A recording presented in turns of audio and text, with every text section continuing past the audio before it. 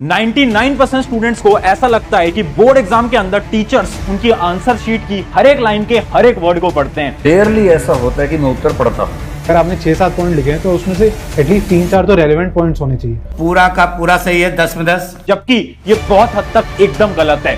Board exam के अंदर copy check करने का एक प्रोसीजर होता है। कैसे नंबर देते हैं, कोई तो तरीका होगा। बोले हाँ तरीका है। एक स्टेप होता है। अगर आपने उस प्रोसीजर को समझ लिया और उसके अकॉर्डिंग अपने आंसर्स को लिखा तो आपके नंबर कटने की कोई चांस ही नहीं।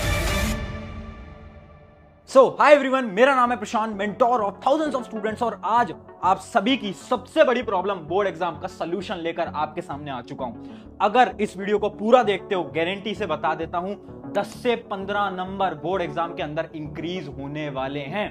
पता है क्यों? क्योंकि आज मैं आपको सीक्रेट्स बताने वाला हूं कि बोर्ड एग्जाम के अंदर कॉपीज चेक कैसे की जाती हैं। अगर आपको यह पता चल गया ना कि बोर्ड एग्जाम में कॉपीज ऐसे चेक होती हैं, तो आपको यह पता चल जाएगा कि बोर्ड एग्जाम में अच्छे मार्क्स लाने के लिए अपने आंसर्स को आपको लिखना कैसे होता है। सारी चीजें आपके लिए लेकर आया हूं। इस वीडियो को बनाने के लिए हमने कई टीचर से बात करी जो कि CBSE board, ICSE board, India के जितने भी बोर्ड्स हैं उनके अंदर कॉपीज को चेक करते हैं। जब मैं उनसे मिला तो मैंने उनसे कुछ सवाल पूछे और उन सवाल को मैं यहां पर लिखकर भी लेकर आया हूं। पहला सवाल मैंने उनसे पूछा, can teacher cut mark bye their own? क्या टीचर अपनी मर्जी से किसी भी स्टूडेंट के मार्क्स काट सकता है? एक टीचर को पसंद नहीं आया आंसर तो क्या वो मार्क्स काट सकता है? क्या यह बात सच है? दूसरा सवाल, partial marking, step wise marking. क्या बोर्ड एग्जाम के अंदर स्टेप वाइज मार्किंग होती है? क्योंकि बहुत सारे स्कूल के अंदर तो बोलते हैं कि स्टेप वाइज मार्किंग होती नहीं है। तीसरा सवाल, हार्ड और इजी चेकिंग। क्या चेकिंग बहुत ज्यादा मुश्किल होगी या बहुत ज्यादा आसान होगी? ये सवाल भी मैंने पूछा। और लास्ट, प्रेजेंटेशन से मार्क इंक्रीज होते हैं क्या?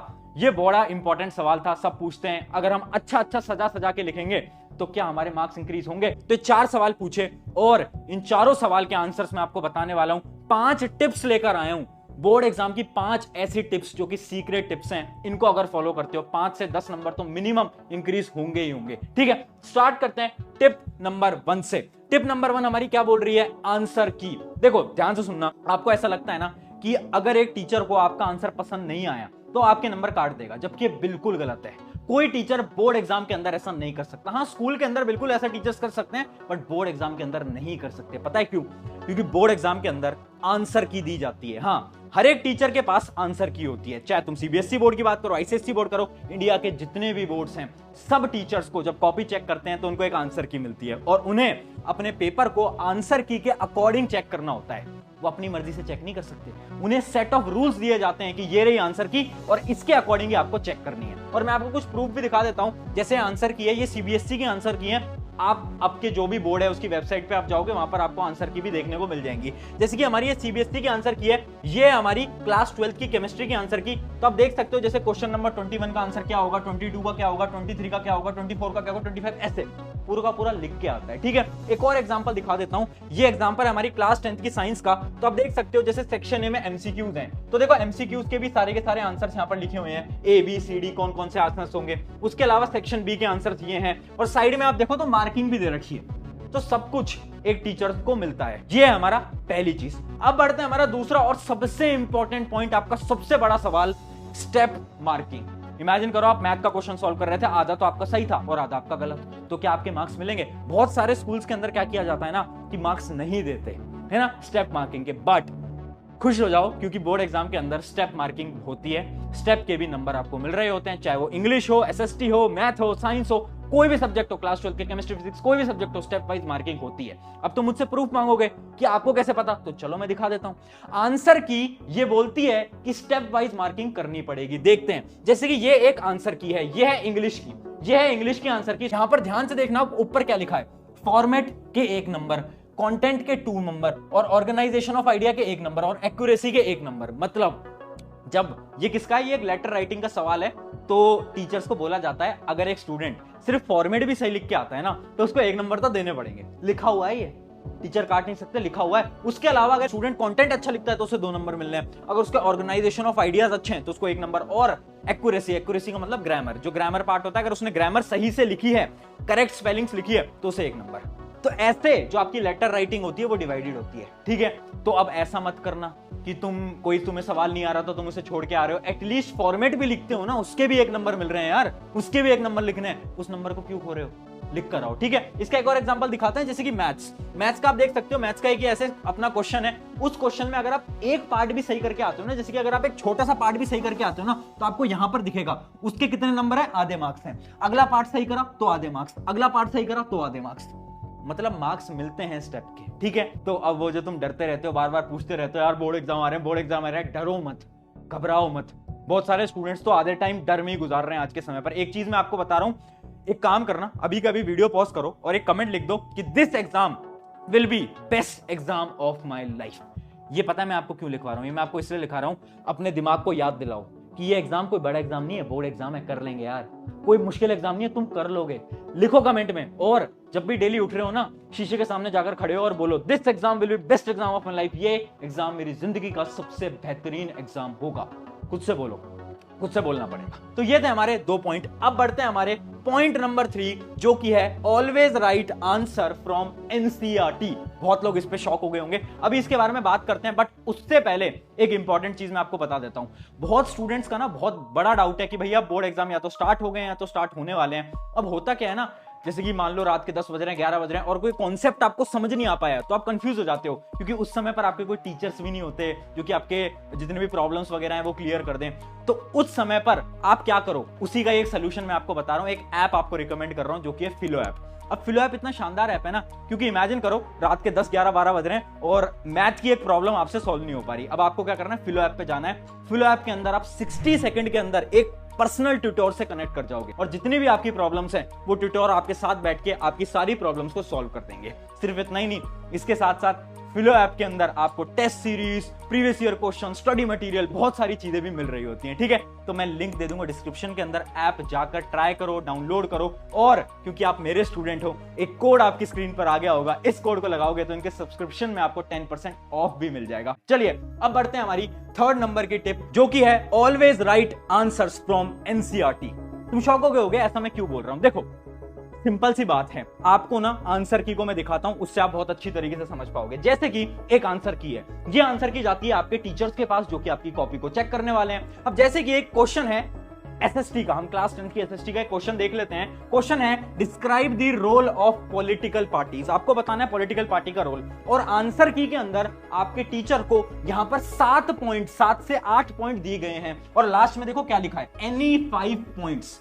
कोई भी 5 पॉइंट अगर बच्चे ने लिखे हैं तो सही कर देना। अब ये जो 8 पॉइंट है ना, ये सारे के सारे 8 पॉइंट एनसीईआरटी के हैं। सिमिलरली आपके जितने भी थ्योरी सब्जेक्ट्स हैं उनकी जो थ्योरी होती है, जैसे कि इमेजिन करो बायोलॉजी का एक सवाल आ गया, what is multi cellular organism, जो एनसीईआरटी में लिखा है वही टीचर्स की आंसर की में होगा। अब होता क्या है ना, कभी कभार, बहुत कम ऐसे टीचर्स होते हैं, बट ऐसे टीचर्स होते हैं जो कि स्ट्रिक्ट होते हैं। अब क्या होता है ना कि वो इस आंसर की से आपकी कॉपीज को चेक करते हैं। अब इस आंसर की में आपने जो आंसर लिखा है वो नहीं है, क्योंकि आपने एनसीईआरटी से पढ़ाई नहीं करी, आपने तो कहीं और से पढ़ाई करी, आपने तो लेक्चर से पढ़ाई करी, कहीं से पढ़ाई करी है। अब होता क्या है कि आपका आंसर इस आंसर की से मैच नहीं कर पाता, और उन्हें मौका मिल जाता है आपके नंबर काटने का, और वो काट लेते हैं। तो इस वजह से मैं बोल रहा हूं एनसीईआरटी पढ़ो, एनसीईआरटी की लाइन बाय लाइन लिखने की प्रैक्टिस करो। एनसीईआरटी की जितनी भी डेफिनेशंस हैं उन्हीं डेफिनेशंस को आपको एग्जाम के अंदर लिख के आना है, क्योंकि जब आंसर की में डेफिनेशन लिख के आएगी तो टीचर के पास कोई स्कोप नहीं होना चाहिए कि तुम्हारे नंबर काट दे, क्योंकि तुमने तो आंसर एनसीईआरटी वाले लिखे हैं, तो फिर तुम्हारे नंबर कटने की कोई चांस नहीं है। एक और एग्जांपल देखते हैं, जैसे कि डायग्राम्स जो होते हैं ना, वो भी आप एनसीईआरटी वाले ही प्रैक्टिस करो, क्योंकि बहुत ऐसे भी टीचर्स होते हैं जो कि अगर तुम अपने किसी और बुक का डायग्राम बना के आ रहे हो, जैसे कि इमेजिन करो एनसीईआरटी के अंदर डायग्राम अलग है, किसी बुक के अंदर थोड़ा बहुत डायग्राम अलग होता है, तो टीचर्स वहां पर भी आपके नंबर काट सकते हैं। तो याद रखना, करना क्या है, एनसीईआरटी के जितने भी डायग्राम्स हैं वही आपको प्रैक्टिस करने, एग्जाम के अंदर वही आपको बना कर आने। ये थी हमारी टिप नंबर 3। अब बढ़ते हैं हमारी सबसे इंपॉर्टेंट जो कि है प्रेजेंटेशन। क्या प्रेजेंटेशन से मार्क्स इंक्रीज होते हैं? अब यही सवाल मैंने उन बोर्ड एग्जाम के टीचर से पूछा, तो उन्होंने बोला बिल्कुल होते हैं, और 3 फैक्टर्स होते हैं जिससे कि आप भी अपने मार्क्स को इंक्रीज कर सकते हो।